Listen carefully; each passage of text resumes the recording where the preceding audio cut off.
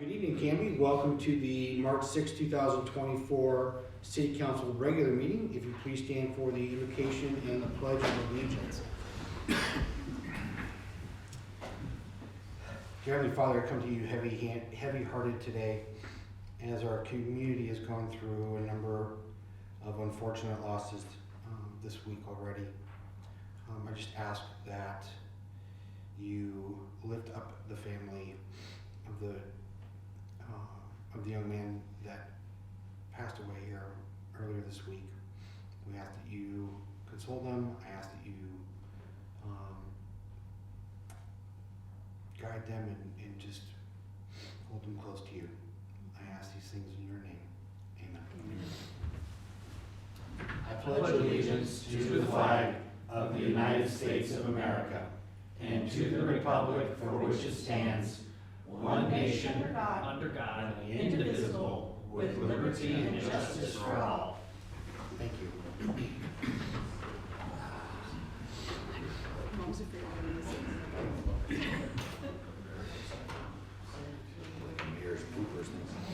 All right, next on the agenda is citizen input and community announcements. Opportunity for the community and audience members to address the council on non-agenda items or to make community announcements. If you do wish to address the council, please fill out one of these yellow cards, which is back on the podium.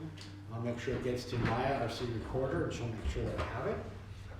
You will be, if you are wanting to address the council virtually, not tonight, you can reach out to the city recorder by 4 o'clock on the day of our city council meetings, and we will get you set up for that. Tonight I have 2 cards, and each announcement or request of council will be given 3 minutes to address the council. First up is Barry Johnson regarding Maple Street Park.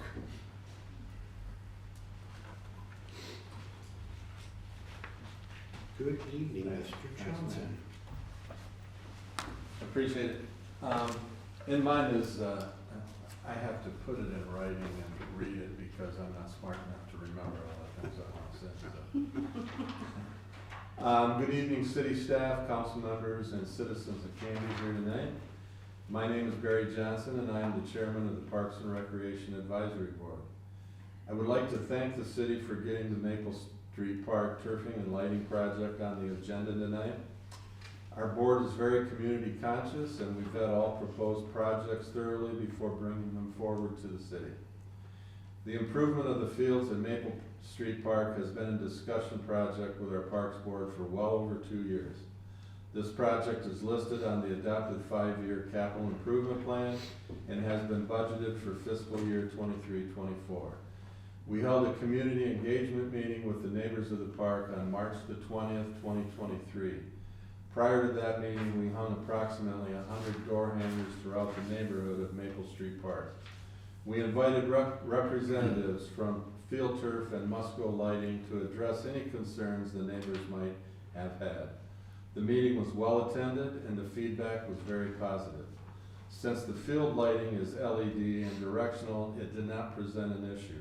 In fact, the neighbors requested lighting be added to the walking path in certain areas that were shrouded in darkness for safety reasons. All in all, this project is a win-win for the city of Canby. This project will extend the playing season for both softball and baseball, provide more opportunities for tournament play, bring additional business to our community, and potential revenue for the Parks Department and Canby kids. Thank you for your time. Thank you. Thanks, Barry. Next card I have here is for Christy Smith regarding Canby Pride.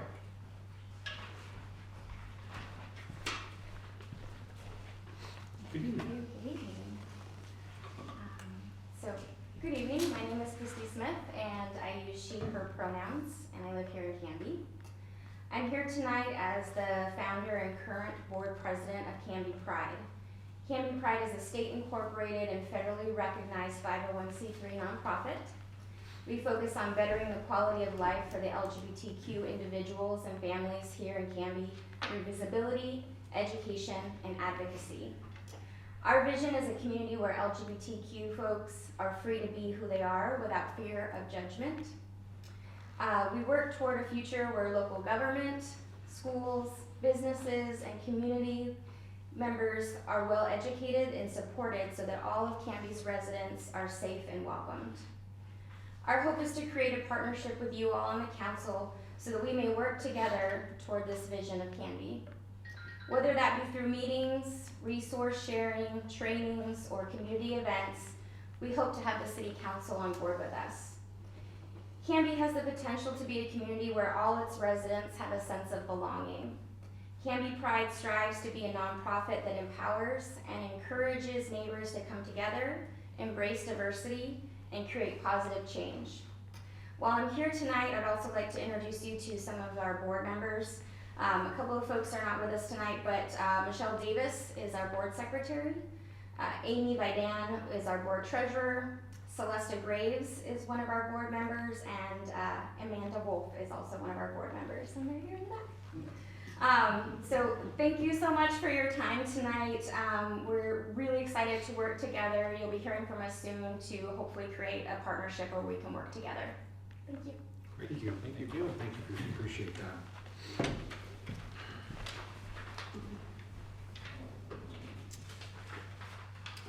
Next on the agenda for us this evening is the consent agenda.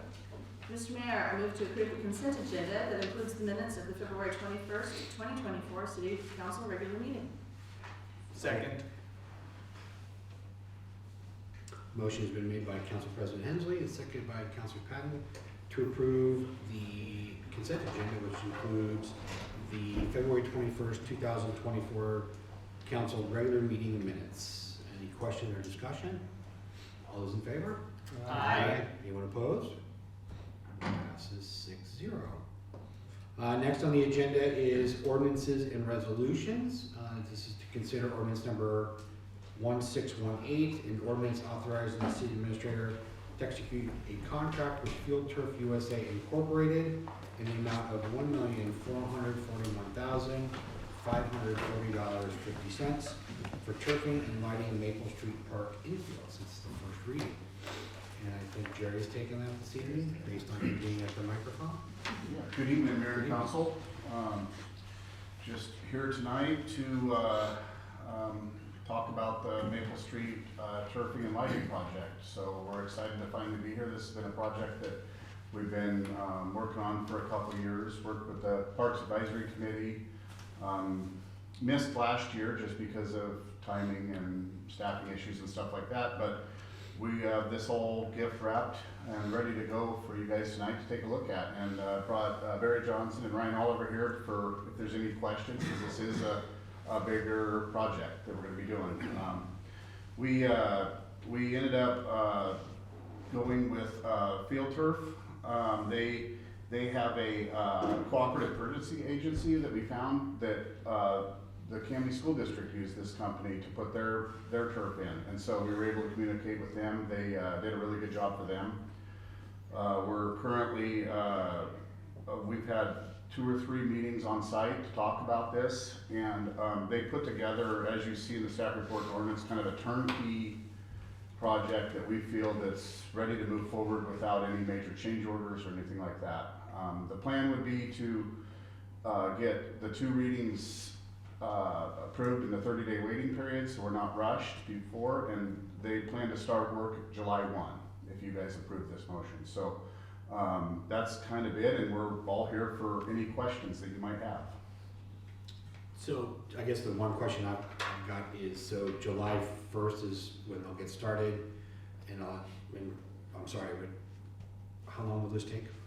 What did they say, Barry? It was like a 60-day project, Yeah. 60 to 90-day project. They can go through it pretty fast. 2 months. 2 months, yep. Okay, so any softball or baseball planned over there will be rescheduled and displaced? We talked to the softball folks, and the softball season will be done by that time, by the time they start. And so we would pick up right after softball season, get the fields in place, and you know, if everything's a go, I mean, if they wanna schedule they talked about maybe even a late season tournament if possible, I don't know. We've been very transparent with everyone, and this is the dates that they kind of recommended that we move forward with this, July 1. We don't turn any irrigation on for the year, so everything's nice and dry, and they come in and start dirt work July 1. Okay, so this would be the grass infield as well as the baselines? All of the infield. Okay. Yeah, just the infield. Just the nothing. infield. Perfect. Daniel, you had a question?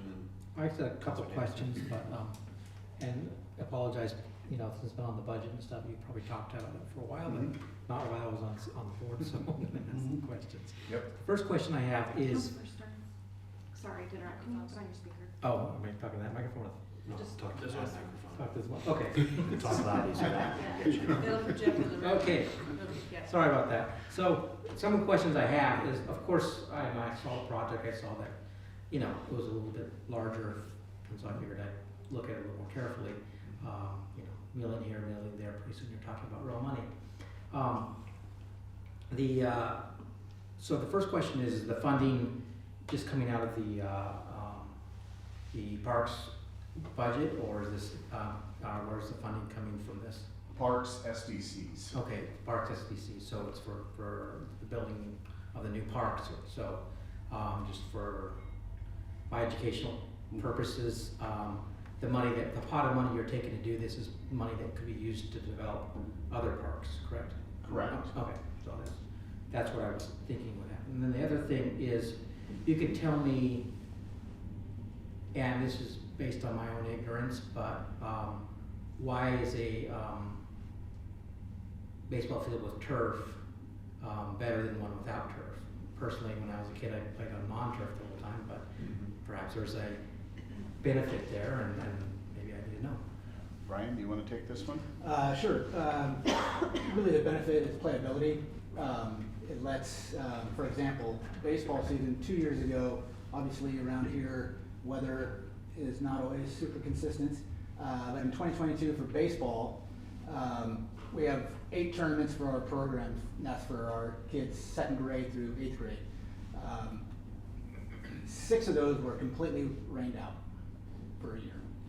One of them was a partial, so we out of the 8 tournaments, we only had 1 tournament that got to play fully. So obviously with the turf, It's all weather. weather is no longer, you know, and sometimes that's a good and bad thing because our parents are sitting in the rain, but you can play them. So really, that's the big draw. So now you can play really year round if programs so desire, or the neighborhood kids or what have you. Where before, really it was, you know, you're kind of into, I'm going to say after the 4th of July, before you really knew it was going to be nice weather and everything else is going to be hit and miss. So, so that's kind of the reason that everybody is moving to this surface.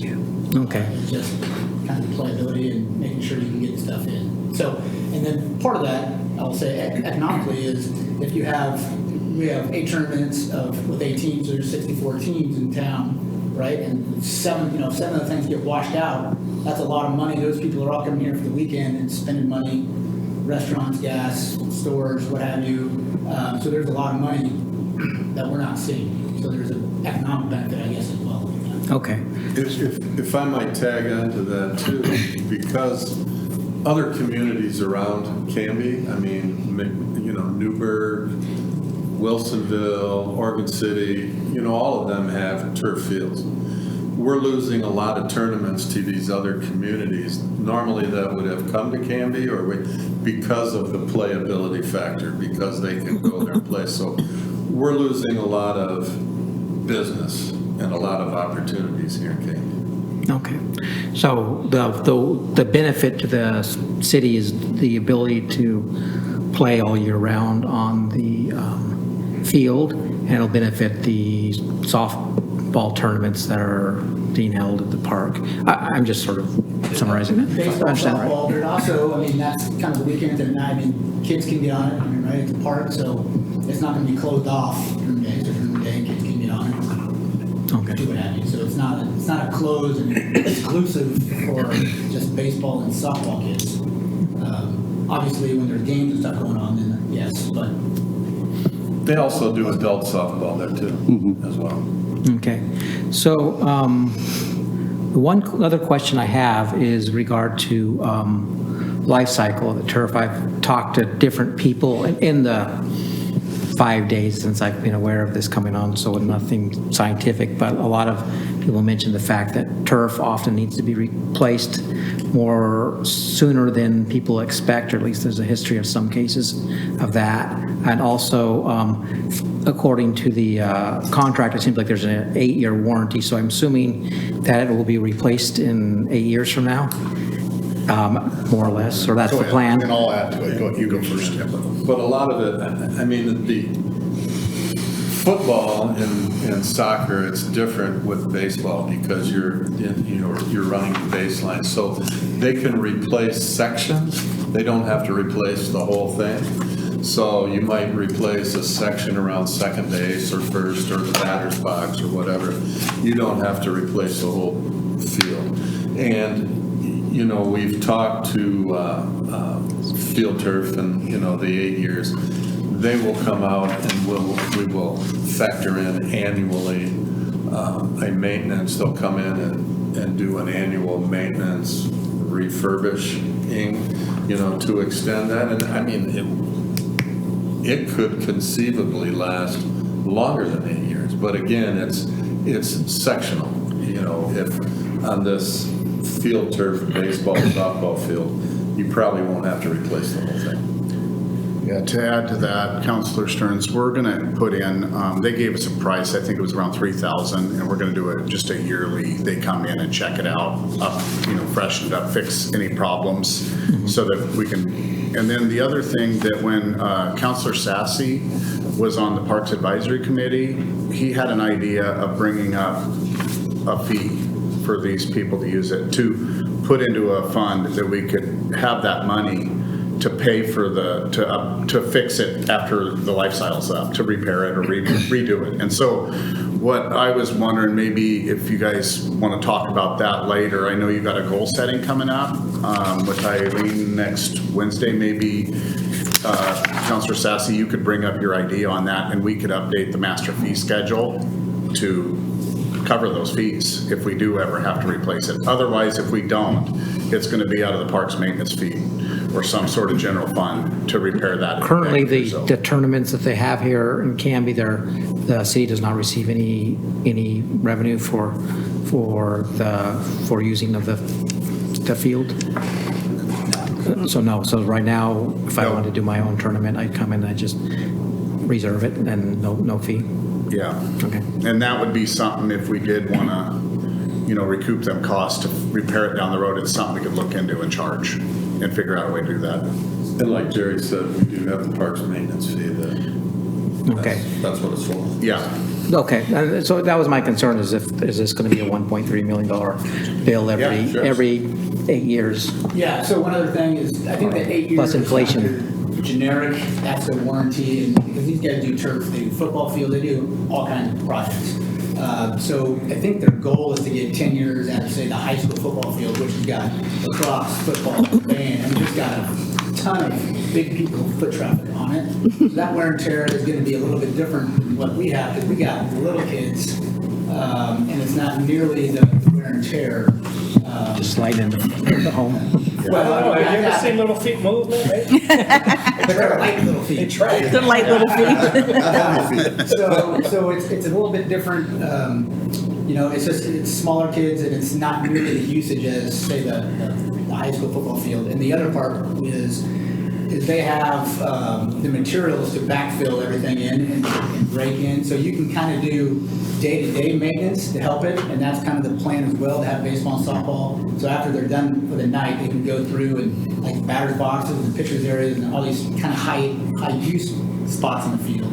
They can go kind of maintain these on a daily basis, which will help it expand life too.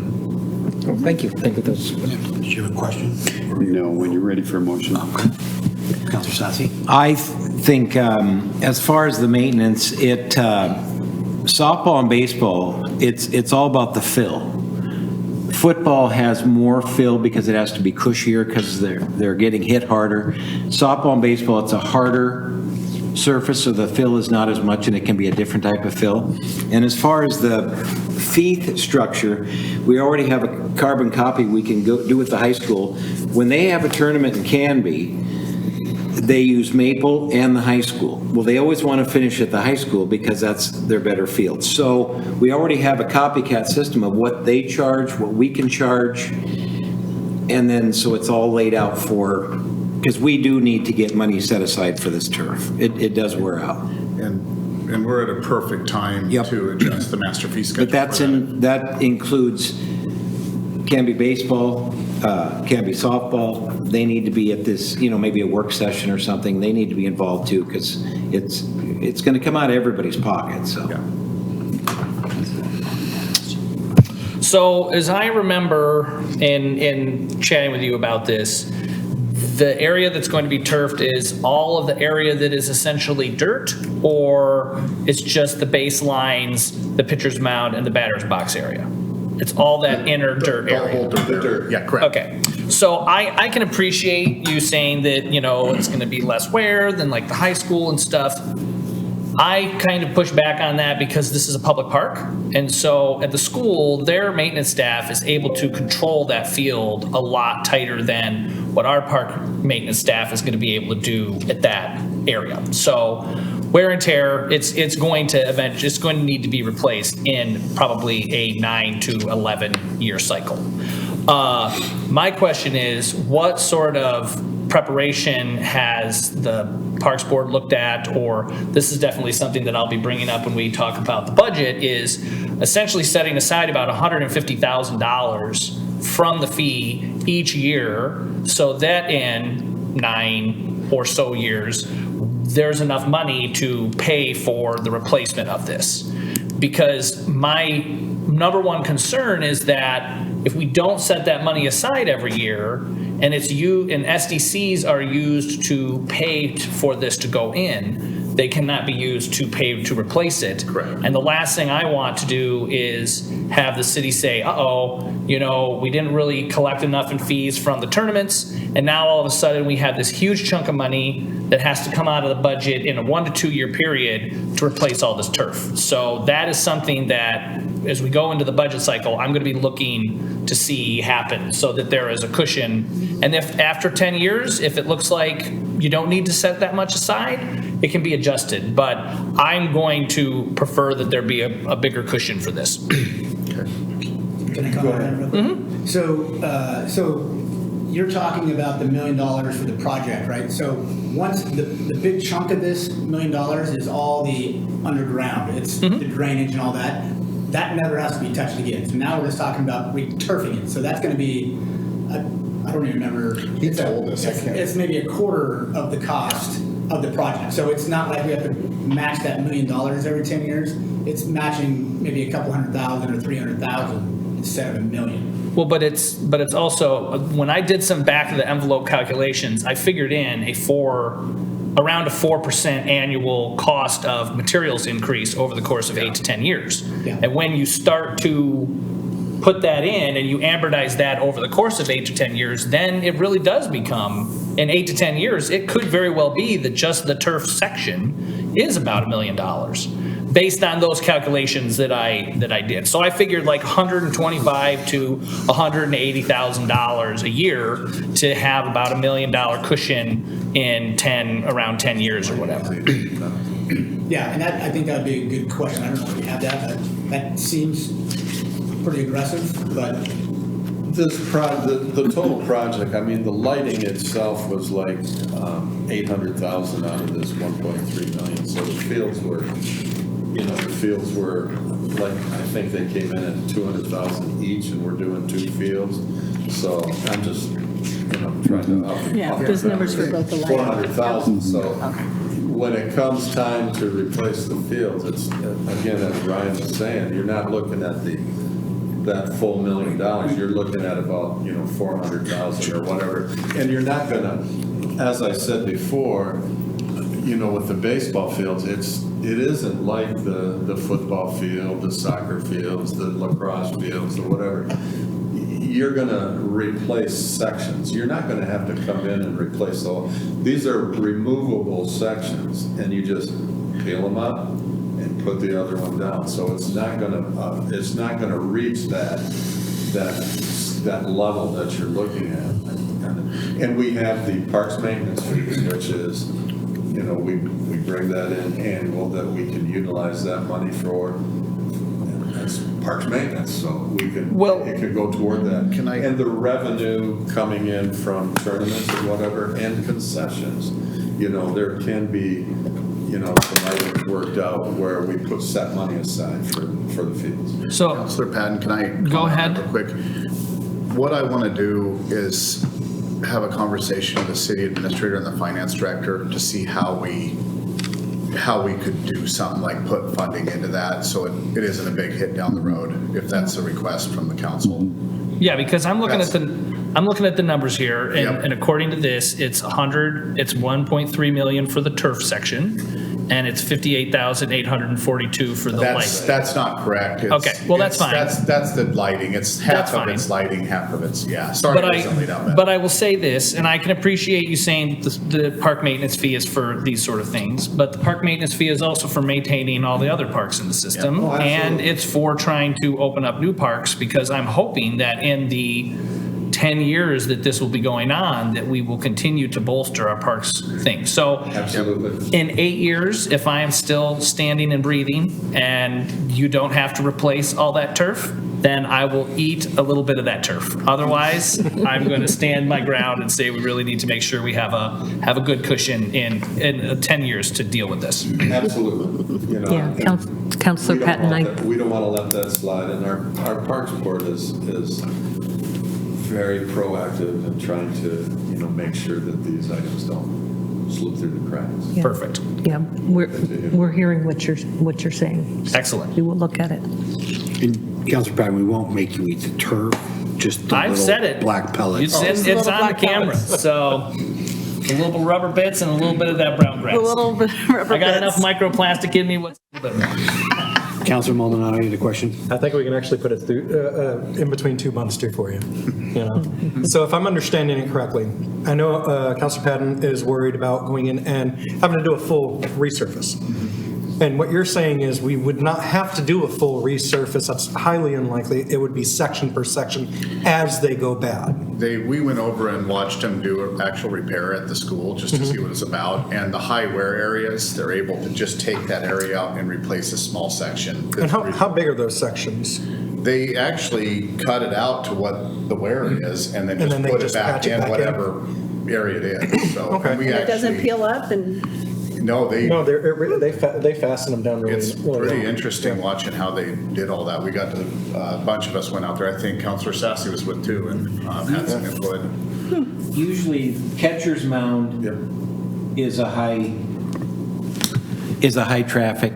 Pitcher's mound, the nice part about the youth baseball, is they have these artificial mounds, because baseball needs a mound. So you take that out there and they stride off of that. So that doesn't affect the turf at all, which helps. The hardest part on turf is softball. Yeah. These girls are like cats in a cat box. If you've ever seen a pitcher pitch, when I used to do the fields when they were dirt, there'd be a crater that deep on the pitcher's mound every game. Now, my question on top of that, how much did we value it in at per square foot, or does it go by linear foot? Oh, they got it penciled out in this somewhere, I thought, on, we could,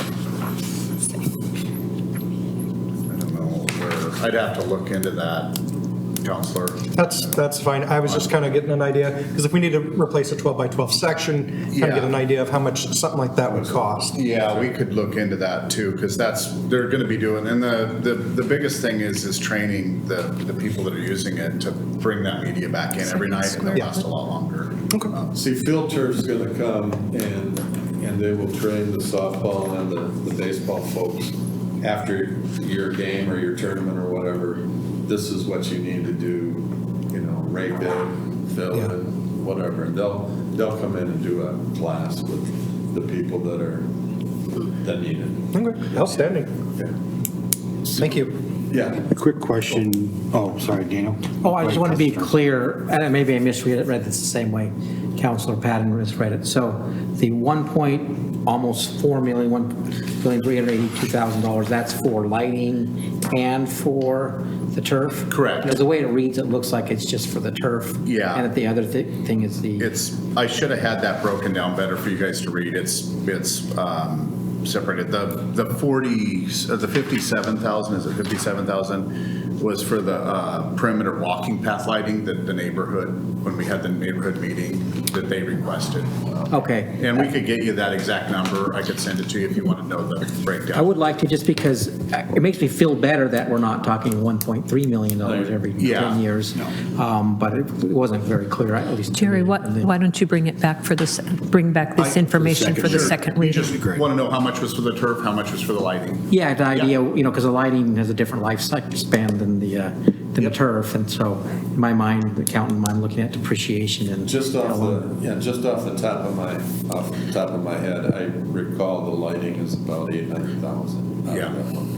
But we'll get you. Okay, well, yeah, I appreciate that.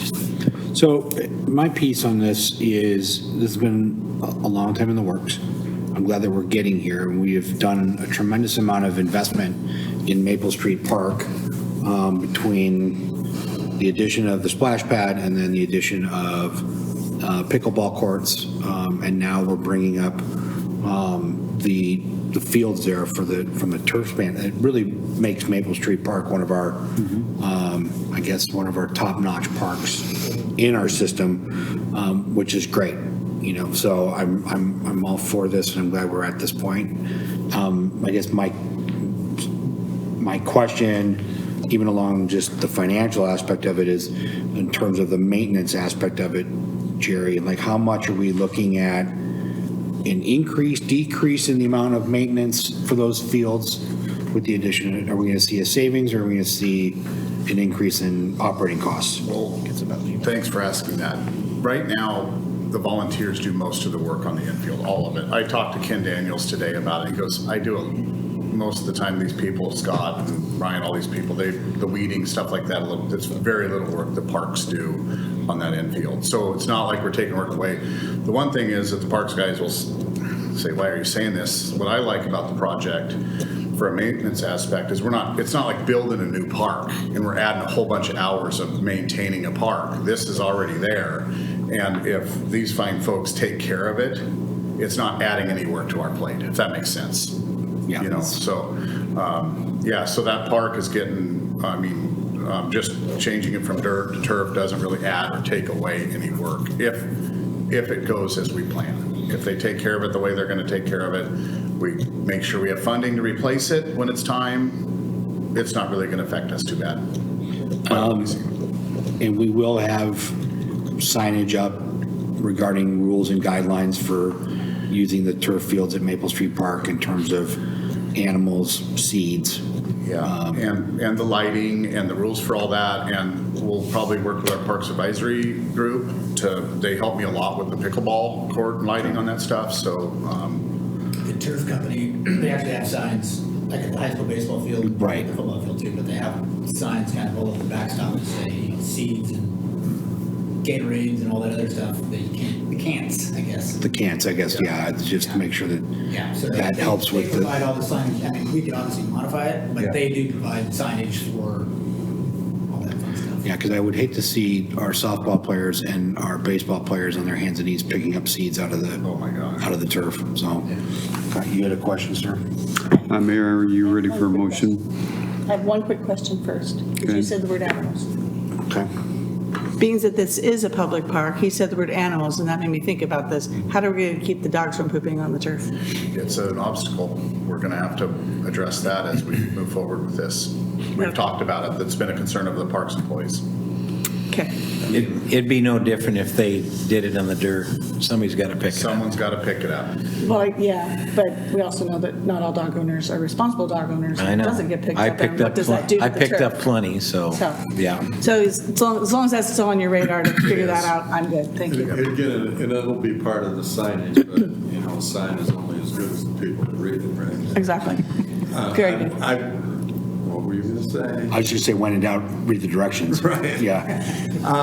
You know, I've taken pictures of a lot of signage at ball fields of many communities around here. So, you know, we're going to have to create, I mean, Field Turf has signs, and we might have to change some verbiage, but we know we're going to have to, you know, Okay, put up something. thank you. Okay. Yes, sir. Mayor, I'd like to, I move to approve ordinance number 1618, an ordinance authorizing the city administrator to execute a contract with Field Turf USA, Inc. in the amount of $1,441,540.50 for Maple Street infield turf and lighting for second reading on March the 20th, 2024. Second. Thank you. Thank you, gentlemen. Motion's been made by Councilor Davis and seconded by Councilor Sassy to approve ordinance number 1618, an ordinance authorizing the city administrator to execute a contract with Field Turf USA Incorporated in the amount of $1,441,540.50 for Maple Street Park infield turf and lighting for a second reading on March 20th, 2024. Any other discussion items? Yes, Daniel. Well, just for the next reading, at least a curiosity on my part, if for some reason we decide it didn't work, how much money does it cost to put it back to where it was? I mean, because that's just a curiosity that came to mind. Okay. Yes. Just to comment, I'd like to thank the Park and Rec Committee for their energy in moving these projects forward. Barry and Ryan, if you take that back to the committee, I'd appreciate it. And also to Jerry and his staff and Eileen for moving this project forward. Right. All those in favor? Aye. Anyone opposed? That motion carries 6-0. Moving along, old business, city recruitment, city attorney, no, we're holding steady on that. Mayor's business, go back to my mayor's list. Let's see, we have posed some questions back to our partners at the railroad company about that fence project. So hopefully we'll get some, I had some additional questions, but we'll get those answered and bring that back for conversation with the council here at an upcoming council meeting, so we can figure out if that's something how we want to handle that or not handle it and whatnot. So more to come on that. The Clackamas County Coordinating Committee meeting that I co-chair is tomorrow night, so I'm going to report on that. Tomorrow night is also First Thursday, so downtown will be busy, hopefully. Come down, hang out. And then finally, I gave the State of the City address yesterday at the Canby Area Chamber of Commerce luncheon at Antonio's Ballroom upstairs of Backstop. And I wanted to thank Councilor Patton and Sassy and Davis, as well as Council President Hensley, and all the staff that were there for kind of the update on the city. So I'll be getting with John Baker with the Herald and giving a report, kind of recap of that conversation. So we'll get some of that put in the paper as well as for some of the updates. So that's all that I have this evening. We'll start with Councilor Sassy. Thank you, Mr. Mayor. So I had a Heritage Landmark and Committee meeting, and one person showed up. So I said to the chamber luncheon, I said I made another appeal, I guess, to get more people interested in these boards. It was kind of embarrassing. I don't want this to be a farce to the community or a waste of time for those involved. So hopefully a little more communication. If you're sick and you can't make the building, at least let us know, but one person.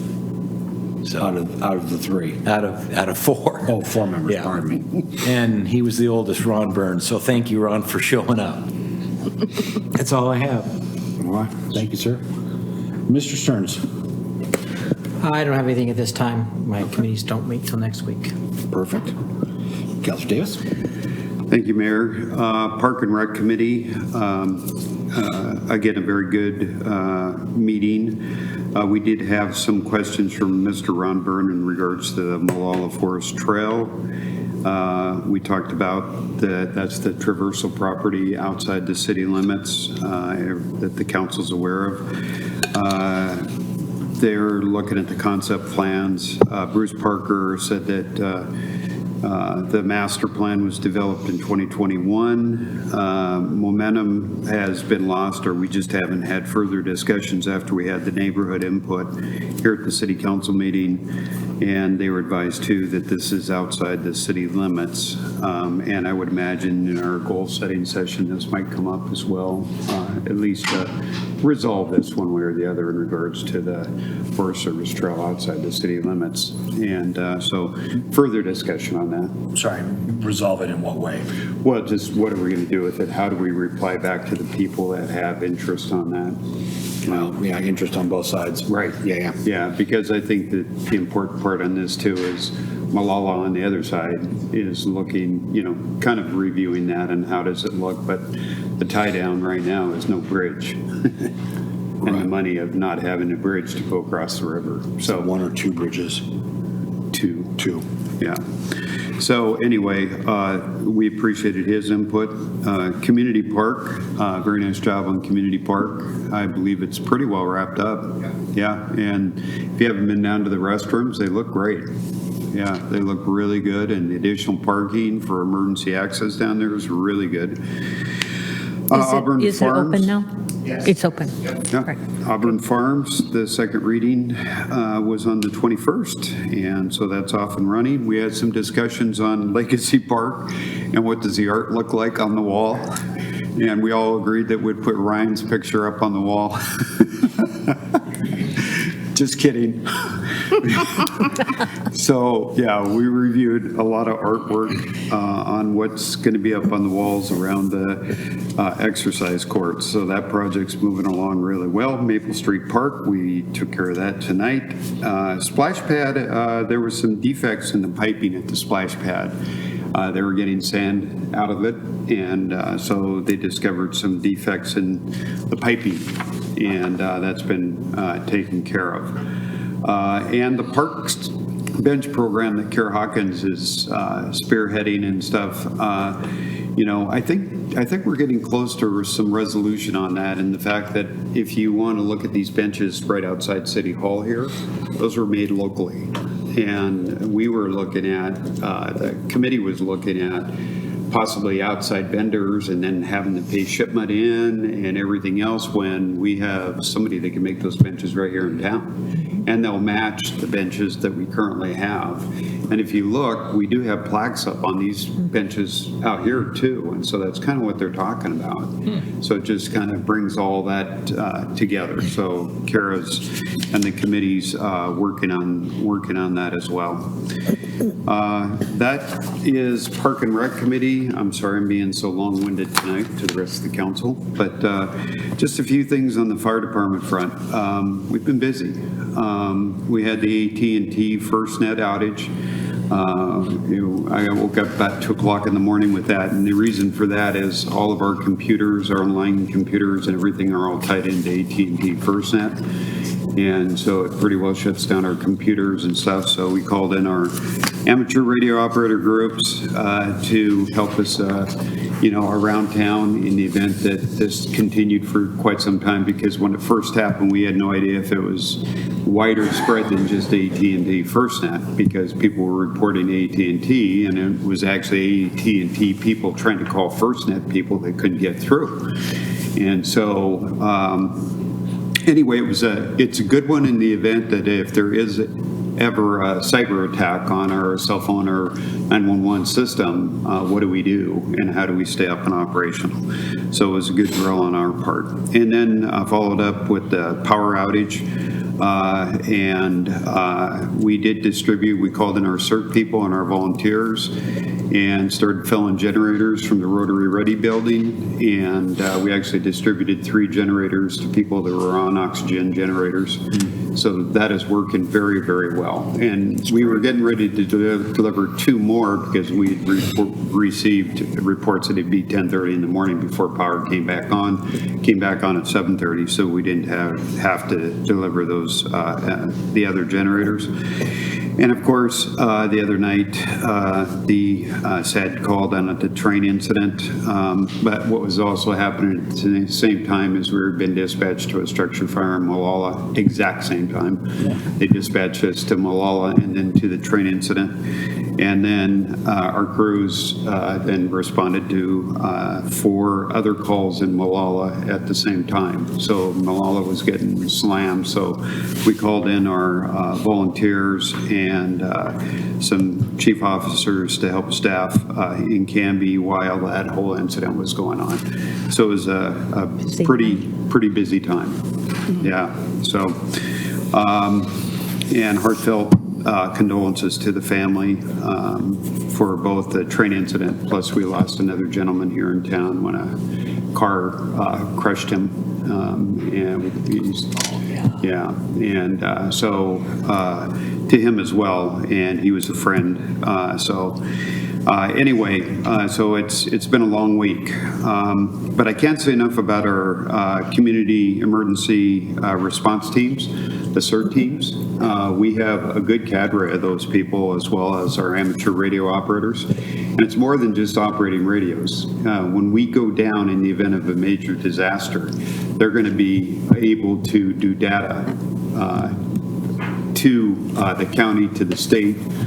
They drill that on a regular basis, so they have their own internet system on amateur radio bands. So they are doing a great job. We have a new fire inspector, Mark Crawford, who has started with us. He's doing a great job. Susan Atterbury had joined the department as an AA3. 4 new firefighters are in a recruit academy right now. We swore them in at the board meeting the other night, and they're in a recruit academy. 3 out of the 4 are paramedics with paramedics experience, but however, some of them come with very little fire experience. So that's why we're doing a fire academy for those people as well. The strategic plan goals have been presented to the board, and we're going to be budgeting around the strategic plan goals. We have 5 new interns. Those are students that are in either paramedic school or fire science. A number of them come from Canby High School. We recruited from Canby High School for the most part. And they're local residents, and we pay their tuition in exchange. When they're not in school, they do a 24-hour shift at the fire station. And that's how they get their experience. And we've put a number of these young people into the fire service, as not only Canby, but around the region. Good news is, first time in a number of years, but we have a full complement of volunteer firefighters. We have 30 volunteers, and we now have a waiting list to get into the department for volunteers as well. Chaplains, our 2 chaplains are both police and fire chaplains, Jerry Geiger and John Carrai. Jerry was out on the incident the other night, and I can't say enough about these gentlemen that come in and support the families and the EMS workers during an event like that. And then fireworks. Fireworks is going to be on top of us here, no pun intended, very soon. And, we are in dire needs of sponsors for the fireworks. We have, our goal is 20,000. That will give us enough seed money for the next year as well. But we need about $10,000 to pay this year's bill for the fireworks. So if anybody knows any sponsors or wants to donate, they can go on the fire district site and donate online if they would like. Also, I had the opportunity to attend Hope Village as part of the Adult Center committee, but I was invited up there to speak at Hope Village and receive a $500 donation for the Dr. Richard Davies account. And, you know, it's 75 people at their meeting, and,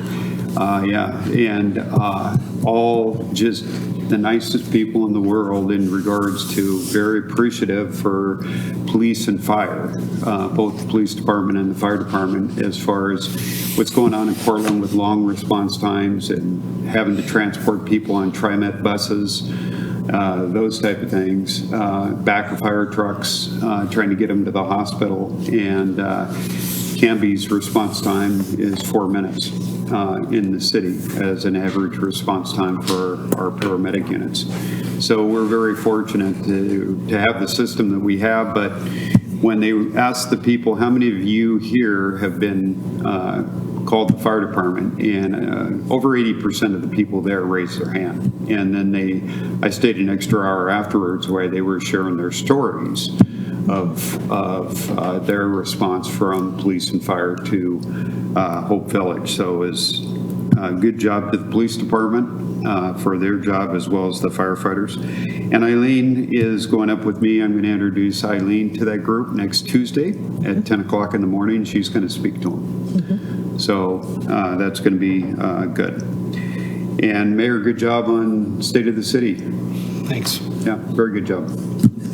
That's it. All right. Thank you, sir. Council President Hensley. Thank you, Mr. Mayor. The Traffic Safety Commission had a few people come and bring some issues and ideas to the commission. They'll be weighing those out in the coming meetings. The way they kind of operate is the citizens will come in, tell their story of what their problem is in their neighborhood, and they don't try and deliberate and flesh out ideas right there. We just make notes, and it goes on a future agenda. So those items will be coming up in future agendas. They will. There was an update that Public Works is waiting for better weather to do the striping and curb painting that they've requested. I'm glad Jerry's still here because I'm looking at the notes here. It says the Knightsbridge construction will start in the fall of 2024, and I know that there's been some concern about overlap with the ODOT project. And these notes say that ODOT's going to be done October 31st. Is that accurate? Because I thought you told me 25 was being thrown around. You want to come give us a quick update on the ODOT, if you would mind? Thank you so much, Jerry. And then, yeah, because I didn't remember that being correct, so I just wanted to make sure that I gave the correct information. Robert DeVassi, who's kind of the head engineer over the project, gave us a paving date of October of 24. Okay, that's better news than the last time we talked. Okay. They're planning on trying to wrap this up and get it done. So perfect. The last thing I heard was spring of 25. Yeah. I was like, oh, no. Okay. And I had some updates for the Knightsbridge stuff that I sent to Bob Canberra that he might be distributing to you too, Councilor Hensley. Perfect. So I've been keeping. Yeah, I don't have that yet, but okay. Yep. Okay. And then there's a couple other little housekeeping things. We're going to, Bob will be stepping down as the chairperson, so we want to thank Bob very much for his hard work. He's done an excellent job as the chairperson of the Traffic Safety Commission. Unfortunately, he and his wife will probably be moving out of the community and would no longer be eligible to be on the commission. So he is going to be stepping down, and they'll have to elect some new leadership for the board. The South Ivy Sidewalk project is slated to start in April, and that's all I have from Traffic Safety Commission. I did attend the Clackamas Cities Association dinner in Estacada, where they did a presentation on their wastewater treatment plant, and I apologize, I failed to bring the paper with me here. I have it on my kitchen table. Does Eileen and Jerry no good, but I will bring it to City Hall soon. And finally, I went in attendance at the State of the City Address Chamber Luncheon. Tyler Nizer announced that they're going to be wanting submissions for things to be put in the time capsule in the Grant Street Arch. So I don't remember the date though, but I bet you Eileen does, so I will defer to her when I'm done with, when we are done with our comments. I just wanted to make sure that we have another avenue of reminding the public that we want artifacts and articles, ideas to submit to Tyler and for selection to be submitted into the time capsule. So that's all I have, Mr. Mayor. Thank you. Great, thank you. Councilor Maldonado. I do not have anything to report at the moment. However, I would like to say a big thank you to the first responders in recent events. Obviously, they go through a lot more than what even we can fathom, what they see on a day-to-day basis. And I want to give a huge,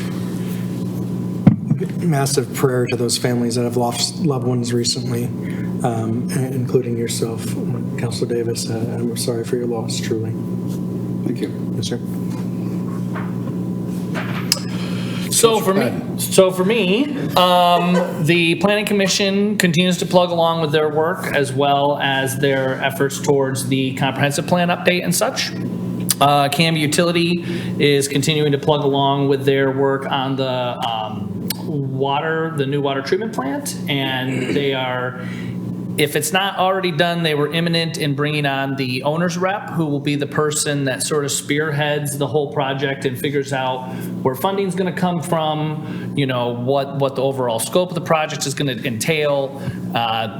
They bring a wealth of industry expertise that members of the Canby Utility Board or the internal organization may not have. So they're the ones that really provide that expertise for building that whole project. So that continues. I am going to take some time here to go through a few things. I think that folks could tell that some of what went on at last week's the previous city council meeting was pretty unsettling to me. So I think it's time to do some sort of study group. We're going to do a little study group. I'm going to lead us all in a little study group on some stuff here. So in it pertaining to stuff to do with what our city administrator does with city staff and what the council's role is and things. So according to Chapter 4 of the council's of the charter, it says, Section 8, supervision of city employees. Neither this council nor any of its members shall give orders or directives to any subordinate or city employee other than officers of the city, either publicly or privately, except to and through the city administrator. Under Chapter 5, powers and duties of officers and professional contractors, Section 2 says city administrator, qualifications. The city administrator shall be the administrative head of the government of the city. Going down to, there's a section for terms, there's a section for powers, Section C, powers and duties. The powers and duties of the administrator shall be as follows. 1, devote full time to the discharge of official duties. 2, see that all ordinances are enforced. But more importantly, 3, hire or remove all city employees and have general supervision and control over them and their work. With power to transfer any employee from one department to another, the administrator shall supervise the departments to the end of obtaining the utmost efficiency in each of them. They shall have the power to suspend and appoint city officers pending review and official action of the city council. Skipping forward to policies and operating guidelines, which are the things that are not expressly written in our charter, but sort of help provide a roadmap for the day-to-day actions of council and fill in some of those gaps. The first, or this number 2, is comply with the law. Council members shall comply with the laws of the nation, the state of Oregon, and the city of Canby in the performance of their public duties. These laws include, but are not limited to, the United States and Oregon constitutions and the Canby City Charter. Under respect for process, council members shall perform their duties in accordance with the processes and rules of order established by the city council governing the deliberation of public policy issues, meaningful involvement of the public, and implementation of policy decisions of the city council by city staff. Under number 18, policy role and council members and staff relations, council members shall respect and adhere to the council manager structure of Canby City government as outlined by the Canby City Charter. In this structure, the city council determines the policies of the city with the advice, information, and analysis provided by the public, boards and commissions, and city staff. Except as provided by the Canby City Charter, council members therefore shall not interfere with the administrative functions of the city or the professional duties of city staff, nor shall they impair the ability of staff to implement council policy decisions. Staff will acknowledge the council as policymakers, and the council will acknowledge staff and administering the council's policies.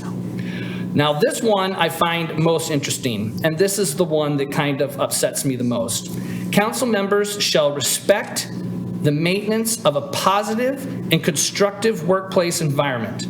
The city staff and for citizens and businesses dealing with the city, council members shall recognize their special role in dealings with city staff to in no way create the perception inappropriate direction to staff.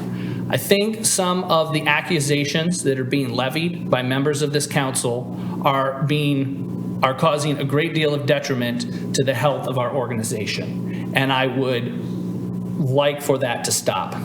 Counselors are encouraged to avoid substantive contact with staff below the department director to avoid possible disruption of work, confusion on priorities, and limit scope of responses.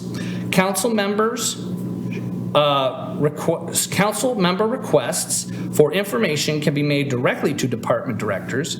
If the request would create a change in work assignments of any staff member, the request must be made to the city administrator.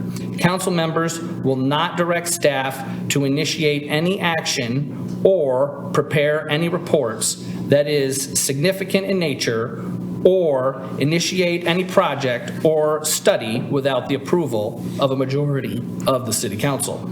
So I thought those were very interesting as I went through the city charter. My next section is some of the comments that were made regarding the goal setting session. I think the facilitator, Sarah, did an excellent job. Considering she has worked with our group for several years, I think she understood the battle that she was going to face.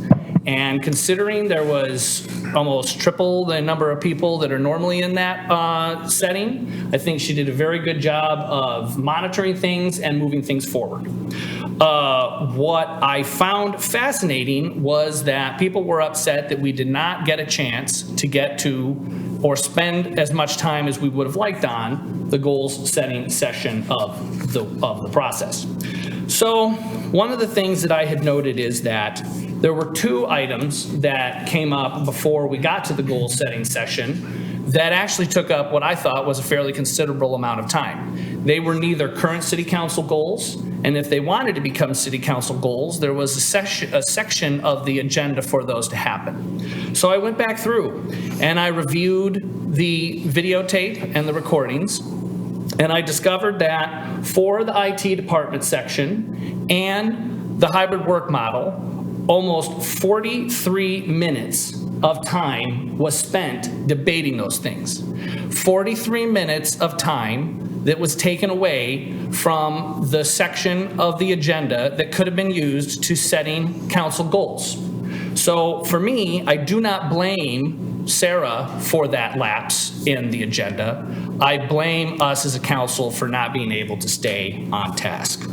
Now, specifically, and this was most appalling to me, was that there was this insinuation that Sarah the facilitator, cannot do simple math. That of those two items, there was not a consensus for us to move forward with them in the work session. Now, I'm dyslexic. I'm happy to admit that I have tried very hard to overcome that over the years, and math problems can sometimes be difficult to me. But in going back through and reviewing the tape, as far as the hybrid work model, there were 3 city councilors that wanted to move that forward for further discussion. There were 3 city councilors that decided that that was an administrative function. So in a tie, usually the mayor breaks that tie. And at that time, the mayor decided that this was an administrative function. Now, granted, as I said, I'm dyslexic, but to me, 4 is a greater number than 3. Correct me if I'm wrong, we'll go from there. As far as the IT goes, it was actually even more of a swing. There were 2 city councilors that wanted to move that forward, and there were 4 city councilors that decided that was an administrative decision, with the mayor deciding it was an administrative decision, making it a 5-2 to put it forward to an administrative decision. So I am very much looking forward to these next few meetings that we're going to have. And I really do hope that people do their homework, because I am growing weary of members of this organization trying to constantly keep it on fire and create a toxic work environment for this staff and for the community. There is a tremendous amount of work that needs to be done. Our roads, our sidewalks, parks, our water treatment plant, preparing the city for the next 20 years of growth. And I would much rather be spending my time and staff's time on setting this community up for a positive future than worrying about city staffing issues and what the IT department is doing. And that is all. Thank you. Thank you, sir.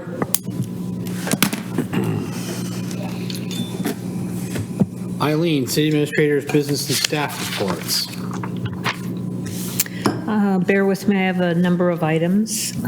First of all, I am going to go ahead and convene the street maintenance fee task force so that we can get some recommendations in time for budget, hopefully.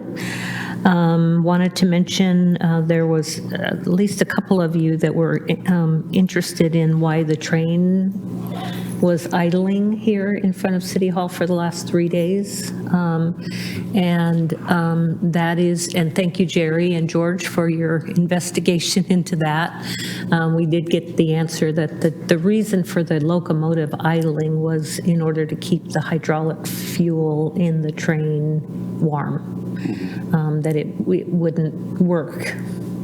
I don't know if that's the right term for a train working, but it wouldn't work if it was cold. So that's why it was left on. Yeah. Choo-choo, no go. Choo-choo, no go. Yes. Speaking of your goal-setting session, we do have the work session, the special work session scheduled for next week. We're going to give the management team, the leadership team, one more crack at refining the goals. They've already done that, but I want to give them one last look at them. So we will send out your packet for that meeting tomorrow. So when is the meeting? Next Wednesday evening. I must have missed the notice. Yeah, 6:30 to 8:30. We said that at the last meeting. Right, I didn't see a notice come out yet. No, it wasn't noticed. It should have been noticed today, but. Yeah. Right, yeah, we're going to issue that tomorrow. What time will it start? 6:30, 6:30 to 8:30 is the time that you decided, that you all decided. I sent out an email on the notice of violation from DEQ earlier today. We basically received a warning on that, so that's the end of that story.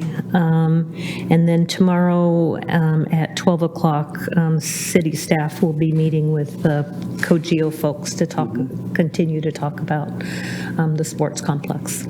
So that's all I have. one other thing. Chief Tro is in the final stages of negotiating, not negotiating, but working out a contract on the emergency operations plan. So I'm happy that that's continuing on as well. Great. Yes. Did you have an answer for my query about the artifacts to go to Tyler? What time, what is the timeframe? Thank you. I'm sorry. First weekend in May. First weekend May in May. 2nd, yeah, the first Thursday in May is when they're going to actually do it, but there's a deadline to submit your Yeah, I don't ideas. know that, so I will get back to the Okay. council on that. All right. I think it's sometime in April, but I couldn't remember the date. Thank you. I'm going to turn in the mask.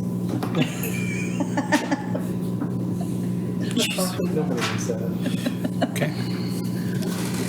Thank you, Eileen, appreciate that. Next opportunity for citizen input. See no one rushing up. Action review, Ms. Burnham. You have approved the consent agenda and approved ordinance number 1618 to a second reading on March 20th, 2024. All right. That is all that is on our agenda this evening. I will take a motion to adjourn. So moved. I'll second. Give him. Motion's been made and seconded to adjourn our meeting. All those in favor? Aye. Anyone opposed? That concludes our evening. Thank you, Canby. Have a great evening.